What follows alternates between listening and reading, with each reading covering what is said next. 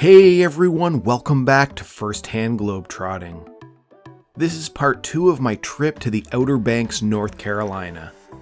In case you missed part 1, this is my first time back out exploring the world in over 15 months, so to say I've been excited for this trip is a huge understatement. I've been dreaming of this trip for weeks and weeks, and so far it's been everything I had hoped for and more. I'm staying oceanfront in Nags Head, so my first 2 days I've been experiencing a lot of sand and sun and waves and relaxation.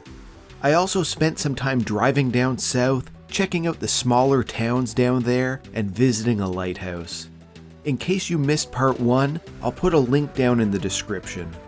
But today is the 3rd day of my trip, so I got up early and headed out to find some more fun. My beach doesn't have quite enough sand for me, so I went on a mission to find some more. Everyone told me that I needed to go visit Jockey Ridge State Park while I was here, so that's where I went this morning. There's a little boardwalk path you can take from the visitor center to the main area of the park, but trust me, this tree-lined part is absolutely nothing like what you'll see in the rest of the park. Once you get to the end of the boardwalk, there's a little viewing platform up above and lots of sand down below. My first impression was that it reminded me of all those sandy areas along the side of the road that separated the highway from the ocean when I was driving down to Hatteras. There were little trails through the sand, so I followed one of them to see where it went. Once things started opening up, it was like I had wandered into the middle of the desert with nothing but endless sand in front of me and a few shrubs adding some greenery. If someone had blindfolded me and driven me out here, I never would have guessed that this was the Outer Banks. It looks almost exactly like the desert scenes in movies, where it's just rolling dunes out in front of you with sand stretching out in every direction that you look. After wandering around the sand for a while, I finally got to the top of a dune where I could see out to the sound. Even when you feel like you're a million miles from the water, you always seem to be within walking distance of the coastline when you're in the Outer Banks. I completely get why this park is so popular. It's such a unique landscape to explore. Honestly, as you walk around, the sand looks so similar in every direction, so there were a few times when I had to really think about where I was going to make sure I was headed the right way. But the nice thing is, if you ever get lost, you can just walk up to the top of the nearest sand dune and you'll probably see a landmark out somewhere. In one direction you can see the sound, and in the other you can see the beach houses and the ocean by Nags Head, so it's easy to get your bearings. One of the coolest things about this park is that you can take hand gliding lessons here.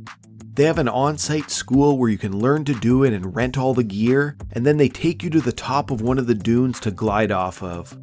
If I ever come back here, this is definitely something I want to try. This is a really great state park, and one of the best things about it was that it was less than a 10-minute drive from where I was staying. It's right in the heart of Nags Head. So even if you just want to stop by quickly, it's really easy to manage during your vacation. One of the things I found out about the Outer Banks today is that it's not always easy to know what's going to be open. The thing I really love about it here is the relaxed, smaller city feeling it has, but that also means that things don't run on a 24/7, always open big city schedule. It's a Tuesday, and it seemed like every place I tried for lunch was either closed for the day, or open with reduced hours, or not serving food, or something else.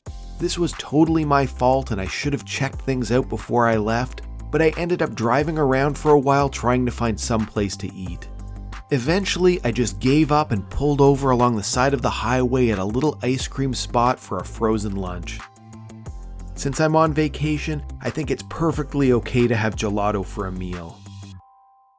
Only problem was, right next to the ice cream shop there was a big T-Rex on the loose. I haven't been mini golfing in years, but how could I say no to some dinosaur golf? I'll admit, it wasn't the biggest or fanciest mini golf course I've ever seen, but there's just something about dinosaurs that brings out the big kid in me. When we were driving down the main highway, it seemed like every few miles there was another mini golf course, or go-kart track, or adventure park, or arcade, or some other family fun zone. So if you're looking for something to do with your family away from the beach for an hour or two, you aren't going to have any trouble finding something fun to keep you busy. My golf skills were a little rusty, so I won't show you my scorecard, but I'll just blame the dinosaurs for scaring me while I was trying to swing. After I finished hanging out with the T-Rex, I headed back to the beach road. When I've been on the beach, I keep seeing a big pier a few miles south of where I'm staying. It's Jeanettes Pier, one of the most popular tourist attractions in Nags Head. The pier's the furthest thing in the distance when I look south, but see what I mean? Now that I'm here, the beach stretches out even further past it, all the way to the horizon. You have to pay to go onto it, but I always like taking a walk out onto a pier so I can get further out into the water and really get a nice view back towards the beach and the coastline and the city. And see what I've been telling you? There really aren't any big buildings anywhere along the coast and the Outer Banks. I think the biggest buildings I saw were about 5 or 6 stories tall, and they really weren't very wide either. The pier was a really popular spot for people to spend the day fishing. Since the pier is so long, the water starts to get really deep out towards the end of it. So it seemed like a few of them were able to catch some good-sized fish out there. They even had some cleaning tables along the pier to prepare your catch. After walking around up top, I headed down to the beach under the pier. When you look at it from this angle, it's almost like a never-ending hallway that stretches on forever, with the waves crashing against the support pillars. After my bad luck at lunch, I made sure to find a restaurant that would definitely be open today, and stopped there on my way home to grab a pizza for a nice dinner picnic out on the beach. This was my first day on vacation that I didn't eat any seafood, but I figured that a nice meal by the ocean was nearly as good. You've probably guessed this by now, but since the Outer Banks are such a laid-back, family-friendly place, there really isn't much nightlife or late-night entertainment. There are some bars here and there, but nothing too big or too wild, which was fine by me since I mostly just walked up and down the beach at night. It's not very busy during the daytime, but in the evenings it's basically deserted out here, like a private walking path.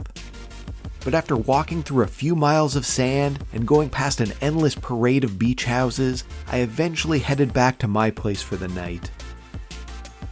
So that's it for today, and the end of part 2 of my Outer Banks vlog. But don't worry, I have lots more to show you. In the other parts, I'm going to be seeing some wild horses on the beach, climbing to the top of one of the highest vantage points along the Outer Banks, having some wildlife sightings, checking out a bit of history, and so much more. And in case you missed part 1, the link is down below if you want to see my first 2 days exploring the beach in the southern area of the Outer Banks. Links to all of the other parts are down below in the description. If you have any questions about my trip to the Outer Banks, ask me in the comments. And while you're at it, like the video, share it with your friends, and subscribe to my channel. On Instagram, I'm Firsthand Globetrotting. On Twitter, I'm Firsthand Globe. Follow me on there. And don't forget, it's an incredible world out there, so pick up your passport and do some firsthand globetrotting of your own.